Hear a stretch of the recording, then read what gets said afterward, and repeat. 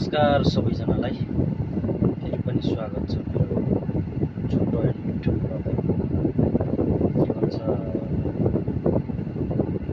म हाल साउदी अरबबाट त्यही म तपाईँको एउटा जानकारी सबैजनाले सुनाऊ भनेको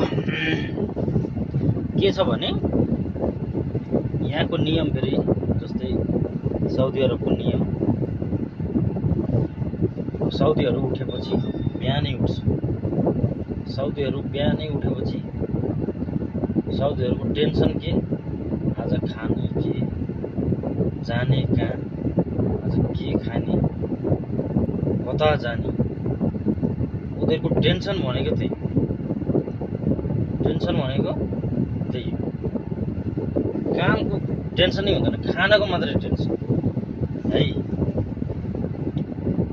अब जस्तै नेपालमा त कामको टेन्सन हुन्छ, कामबाट 2 पैसा कमाउने हुन्छ। अब यिनीहरूलाई के छ भने, अब गभर्मेन्टले राजाले बसी स्यालेरी, सबै सुविधा सबै पाएर आएको छ। टेन्सन भनेको के हो, खाना। आज कुन आइटम खाने हो, कसरी खाने हो, कुन चाहिँ होटल राम्रो छ, टेन्सन भनेको त्यो मात्रै हो। बाँकी त्यस्तै गाडी त चेन्ज गरी अनि त्यस्तो सही छ। जिन्दगी लाइफ चाहिँ यिनीहरूको सुइले छ। लाइफ भनेपछि यिनीहरू खतरा, मतलब सही छ। यिनीहरू मार्केटमा गएपछि अब आइटमै कति हुन्छ, के खान मन, त्यस्तो आइटमहरू छानी त्यस्तो जान्छ। सही रहेछ। नेपालतिर अब के हुन्छ, दाल भात तर्कारी। अब यिनीहरू फेरि चिकन मटन बिना बुझे खान्छ। पेप्सी,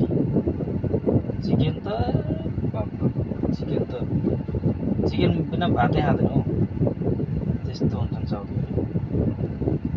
अनि बाँकी के भन्छ, पढ्न जाँदाखेरि पनि बच्चाहरू गाडीमा, जाँदाखेरि अब पढ्न साइकल लिएर यसरी जान्थे। यहाँ त अब बच्चाहरू पनि गाडीमा जानुपर्ने। अब कसैको अब त ड्राइभर हुन्छन्, कोही त आफै बुच्चीहरू पनि जान्छन् आफै चलाएर। अनि फेरि उताबाट पनि पढेको पनि पैसा दिन्छन्, स्कुलबाट नि पैसा आउँछ पढेको। हाम्रो के छ भने, पढ्न जानलाई पैसा अब